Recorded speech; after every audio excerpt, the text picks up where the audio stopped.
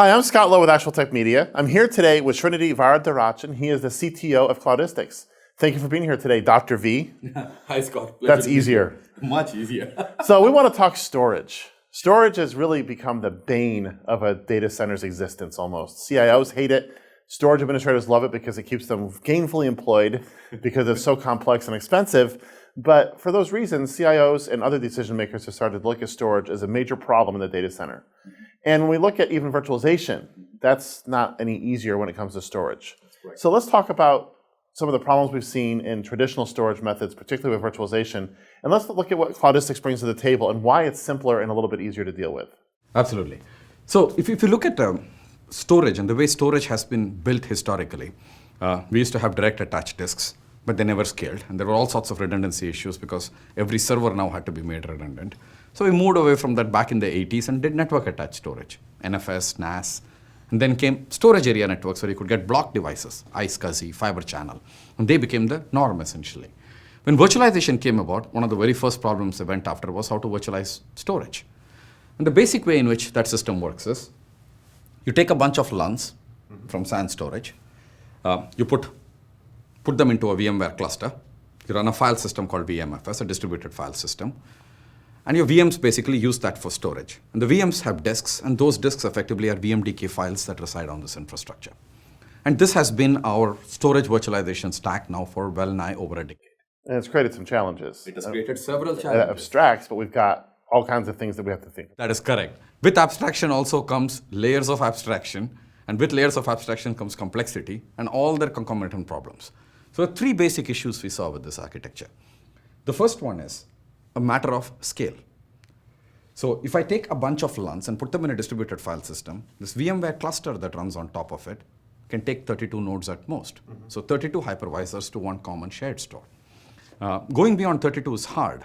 It's hard simply because distributed file systems are very finicky. If you see increase in network latency, nodes drop out of the cluster. And this is problematic, and which is why you don't scale beyond 32. So scale is the first problem. The second is reliability. So if I take a 32-node VMware cluster, and let's say it was running a nice enterprise workload, and I pull the plug on 4 of the hypervisors, just the hypervisors, not the storage, what is the chance that the other 28 survived? Right. Very low. Usually the data store simply disconnects.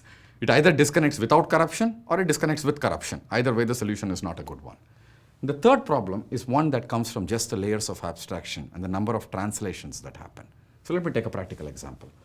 Let's say I've got a nice little Exchange server running, and an incoming mail comes in. And it's running inside a VM. So Exchange brings the mail in and writes to the mail database file, the EDB. But when it writes to the database file, see what happens after that.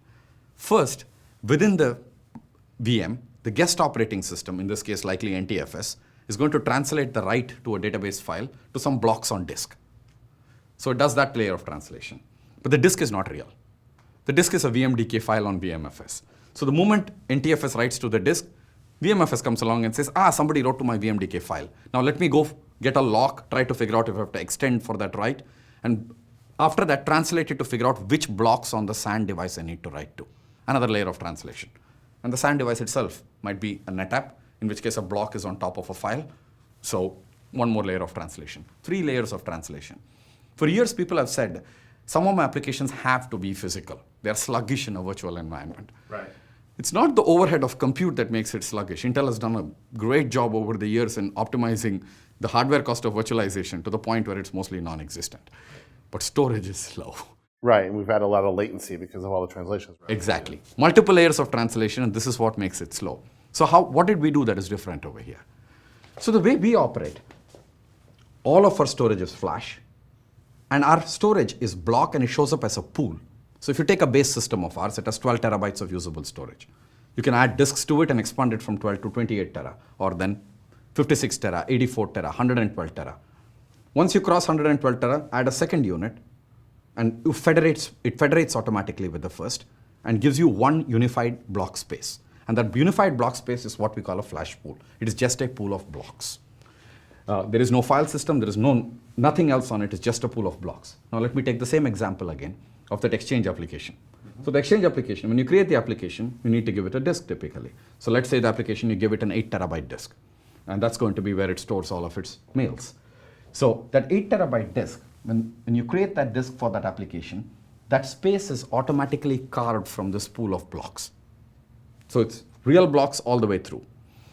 Now, when Exchange writes to the database file, NTFS translates it, and when it writes it to disk, the disk is real. There is no layers of abstraction after that. So biggest advantage of this is sheer performance. Now when application writes to disk, the disk is real with no translation in between. You get the same performance as if you were on a physical disk. And that's one of the challenges we see with traditional hyperconverged solutions too. I mean, some of them we can do direct writes. Correct. But we often have a VSA in the middle, which some people perceive as a problem from a performance perspective. Correct. Can you address that a little bit with your architecture, how you actually operate? Correct. So in the case of Ignite is a super converged infrastructure. So we control both the hypervisor side of it as well as the storage side of it and the virtual network that connects everything in between. So this gives us a great deal of flexibility in how we operate. So in a typical super converged infrastructure, you have the VSA element and the storage is NFS. So you still have to translate even after you wrote to the VMDK file. NFS will then translate one more layer. There is no difference in the number of layers of translation between what VMware does with the traditional VMFS or what a hyperconverged vendor does with a VSA and NFS in there. Right. The contrast over there with respect to this is now when an application writes a piece of data essentially to its disk, that write goes all the way through to the disk with no translation in between, getting complete native performance. Now VMFS and even hyperconverged vendors, there are certain things they can do because they have a file system, certain core capabilities they provide. Capabilities such as snapshotting, capabilities such as thin provisioning, and these are very nice capabilities that we have grown used to. Our technology lies in providing all of those capabilities that you get with a file system without a file system. So we provide the same snapshotting capability, we provide thin provisioning capability, and we provide disk-level deduplication capability. All of that is built directly at the block layer. So if I take that Exchange example again, how many times have we configured an Exchange server? Too many. Too many. And each of those times, we always plan for the future. In the sense that you set up that Exchange volume to be a good 8 tera or 4 tera, hoping that in 2 years, you're going to need that space. Today with our system, because of the way we do thin provisioning, you can create that 8 terabyte disk. In reality, it actually only uses like 50 or 100 gig or how much ever space you're actually using. And it can expand. And because the pool of blocks in the flash pool is expandable at any point, and you can take that to peta, you don't have to buy up front. What you do is you over-provision the storage. If you're only using 100 gigs, that's really all you really need underneath. As time goes by, if you start using 2 tera or 3 tera and your check is getting cached on the over-provisioning, add the disks then. They will likely be cheaper anyway. Right. Very nice. Now, there's a lot of things you're providing here. You're providing a block storage layer that other folks can't always do. Correct. And it's done right from the kernel. That's correct. So there's no VSA in the middle. There's no actual translation taking place. I want to make sure that's clear. That is absolutely correct. Okay, cool. And what would you say are some of the main benefits people get with this kind of architecture that they may not get with a traditional file system? Absolutely. The very first single thing over there is scale, and that scale comes from the simplicity of removing layers of abstractions. Now, as I mentioned earlier, a flash pool can scale to very large numbers. What the flip side of the coin is, how many hypervisors can talk to that flash pool? And there is no limit. We've just eliminated the whole concept of VMware clusters and 32 nodes talking to shared storage. You can have 1,000 hypervisors talking to the same shared storage. Because you've eliminated that locking issue that we often see. Exactly. That locking issue is completely gone. The second part is reliability from there. So if I have 1,000 hypervisors talking to that to a large federated storage pool over there, and I pull the plug on 200 hypervisors, they continue. The remaining 800 of them continue operating as if nothing happened, because from their perspective, really nothing happened. Some LUNs disappeared off of a storage array. None of this is visible to them. So the reliability is the second major aspect of it. Both of these, what they drive is simplicity. A much smaller storage stack. That simplicity is what makes this a much more attractive solution to putting in layers between storage and the application and then robbing it of performance, basically. So let's talk about availability for a minute. You know, we hear a lot about replication factors and stuff like that in a lot of systems. So what does Cloudistics do in the event that a node goes down or something like that? How do you handle that from an availability perspective? Absolutely. So the first thing that is different about our architecture vis-a-vis a hyperconverged infrastructure is our storage is not inside the compute node. Our storage is a separate block, and that block can scale by itself. That block comes with dual redundant controllers in there and rather special drives that we use. We are all flash storage. And each of our drives uses erasure coding within the drive to recover from drive failures. The drives themselves are very reliable. In nearly about 1,000 drives that we have dealt with in the last 10 months or so that we've used for testing, we've had zero failures, actual zero failures on these. On top of this erasure coding, we put a RAID 5 parity layer. RAID 5 is actually a form of erasure coding in its own way. It's a very simple parity code. This allows us to recover from failure of the drive's electronics. There is no spinning parts in there mechanically to fail.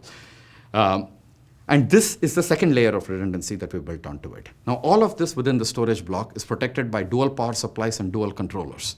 So everything is replicated. And the storage block connects into the network at 40 gigabits per second. And each controller has its own 40 gigabits worth of connectivity. So you can unplug a controller or unplug any of the network links. The other one automatically takes over. And there's no shared components inside the storage block, so you don't risk a single point of failure taking down both controllers. Exactly. We do not risk a single point of failure in there. Everything is replicated within the system itself. And this architecture is quite similar to many of the flash storage array vendors who've been doing this for some time now. And the architecture is fairly solid. Our specialty lies in being able to integrate a physical architecture with our software IP on top of it to create this new form of storage virtualization with end-to-end control over all components. So let's talk one more use case, power failure. Absolutely. So you have something on the disks that can help protect against that. Can you talk about that for a second? Absolutely. If you remember back in the era of spinning disks always had little caches on them. And if you wrote data to a disk, the disk would happily lie to you and say, the data has been written. But the data is really sitting inside a cache inside the disk. And if you pull power to the disk, that cache disappears. This is not protected in any which way normally.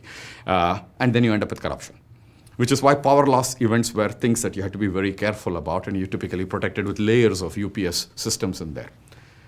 What we use within our drives is power loss protection. We use enterprise drives that have power loss protection, wherein even if there is a cache on the drive, there are tantalum capacitors that protect the cache itself. So even if you unplugged power on it, the drive will take the contents of the cache and be able to write it out to persistent media without any external power being applied to it.